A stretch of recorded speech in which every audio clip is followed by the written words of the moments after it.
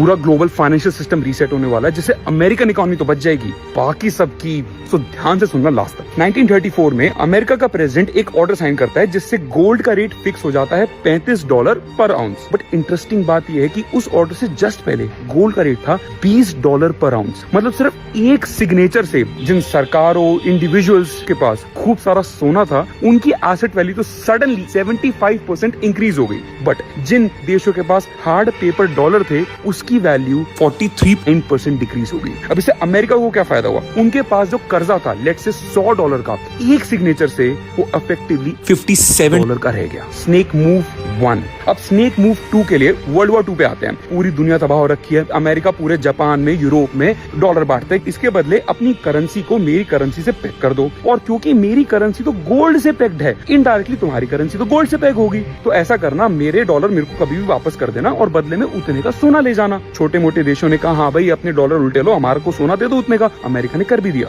Problem आई जब France ने सोना मांग लिया। इनफैक्ट एक ऐसा पॉइंट आ गया था जब अमेरिका का $60 बिलियन दुनिया में घूम रहा था, बट उसके पास सिर्फ $10 बिलियन के गोल्ड रिजर्व थे। और जब ये बात फैली तो ऑफ कोर्स क्रैश आने लग गया डॉलर के ट्रस्टवर्दीनेस में। तो उस स्टेज पे अमेरिकन प्रेसिडेंट एक फिर स्नेक मूव लेके आते हैं। आज से हम किसी का सोना वापस नहीं करेंगे। क्यों भाई? मेरा बैट मेरी बैटिंग, मैं नहीं कर रहा। अब इससे डॉलर की वर्थ और कम हो जाती है। फिर अमेरिका स्नेक मूव 3 निकालता है। वो पेट्रो डॉलर्स की डील साइन कर लेता है। ओपेक कंट्रीज को फोर्स करता है आप कच्चा तेल सिर्फ डॉलर्स में बेचना। और क्योंकि कच्चा तेल सबको चाहिए, डॉलर ग्लोबल रिजर्व करेंसी बन जाती है। और this brings me to the darkest part of the video. 2025 में 30s का और 70s का वर्स्ट एक्यूमुलेट हो रखा है। अमेरिका पे कर्जा तो भाई बहुत ही ज्यादा, मतलब $37 ट्रिलियन, और वो बढ़ाए जा रहे हैं, उसकी अपर लिमिट बढ़े जा रही है। और दूसरा, डॉलर की कोई ट्रस्ट वर्दीनेस भी नहीं रह गई है। And that's where America will pull out the next snake move.